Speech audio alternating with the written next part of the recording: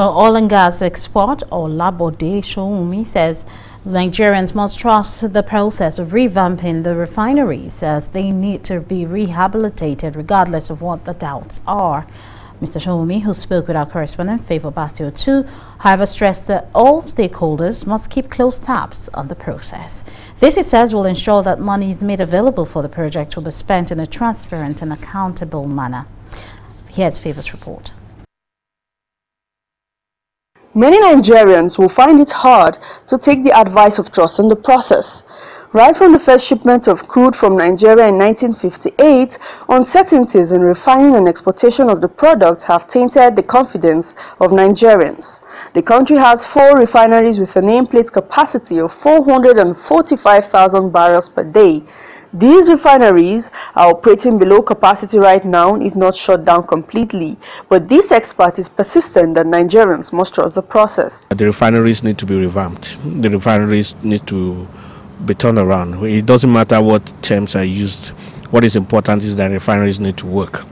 But where the apprehension comes in is the guarantee that the money that is going to be spent judiciously. So what we need to do, and what is important for everyone to do, is to ensure that we put a pressure on the process to ensure that these monies that are going to be spent are going to be spent in a way that is transparent. Nigeria consumes more than 500,000 barrels of oil per day, and these numbers continue to rise. The old and new Port Harcourt refineries have a combined capacity of 210,000 barrels per day, which barely scratch the consumption rates.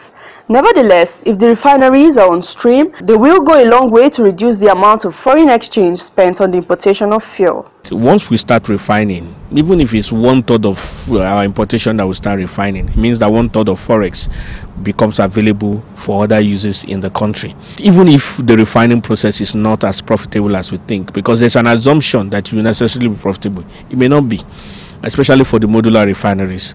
But there's also the fact that there are other products, the petrochemical industry, that are dependent directly on the refining process, from plastics, polyethylene, to hair, to even the pharmaceutical industry.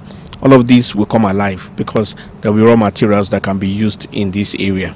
Nigerians may therefore have no choice but to trust the system. The alternative would be to continue as things are fluctuating between a subsidy regime and a deregulated petroleum sector that is neither here nor there.